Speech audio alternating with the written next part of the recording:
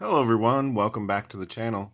Today we are taking a look at a couple of my Adventure Team G.I. Joes, and it should be noted before I go into this that neither of these are vintage. They are both reproductions.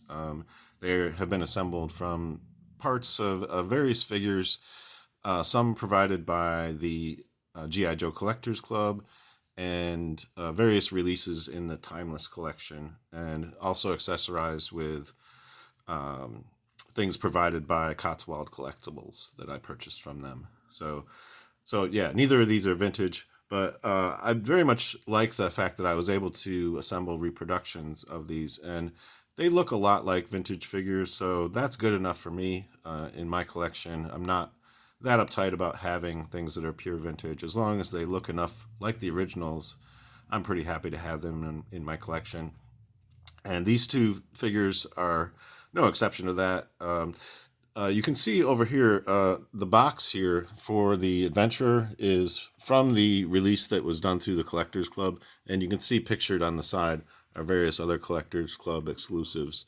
And these weren't that expensive. I think it was around $50, maybe a little more to obtain this. And so by comparison to buying a vintage example, where you have the box all minty fresh, and you can see 35 years of adventure. So this was an economical solution to buying a vintage version of this figure.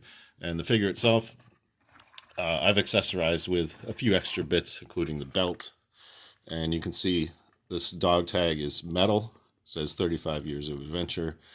And I believe this uniform is not the one that came with this figure. This is actually from the Walmart exclusive release of this figure, and this may actually be the Walmart version too. So I did a lot of swapping in and out of various figures. But I believe the hands on this are from the Collectors Club version, because as you can see, it's the hard hands version, and I believe the Walmart exclusive was the Kung Fu grip version. So love the head sculpt on this. So very retro, very cool, and very reminiscent of the vintage version of this figure. So very excited to have that in my collection. And over here we have the Man of Action, and I've accessorized this one as well. Gave him a rifle. I believe these were sold through the Collectors Club, these rifles, and I've also added a belt. This dog tag I think is a reproduction from Cotswold, and again, head sculpt. I think this is the version that was put through the Collectors Club, but I could be wrong. So it's been a while since I had these. The uniform, I believe, is from the Walmart exclusive, and the box as well is from the Walmart release. As you can see, this is the Kung Fu grip version of the Man of Action. And in the original release, he did come with a rifle. You can see pictured on the box, a rifle. So I wanted to make sure to accessorize him with that. So let's go over articulation real quick on G.I. Joes. Most of you who collect G.I. Joes will be familiar, but let's go over it anyway. As you can see, he gets side to side, he gets front and back, and a little movement like this. A lot of articulation at the neck. At the shoulder, he can extend out. He gets 360-degree movement at the shoulder as well. He gets an elbow bend up this far. And he gets there's a bicep swivel as well. So at the wrist, he gets this kind of movement and this kind of movement as well. So quite a bit of posability at the wrist. At the waist, he gets front and back movement, side to side. At the hip, he can kick out, he can kick forward, he can kick back. You also get a thigh swivel. At the knee, you can bend like this. And at the ankle, he has articulation back and forth, and also articulation from side to side.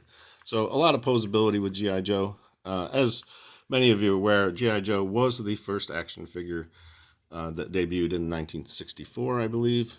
And before then, there really were no action figures.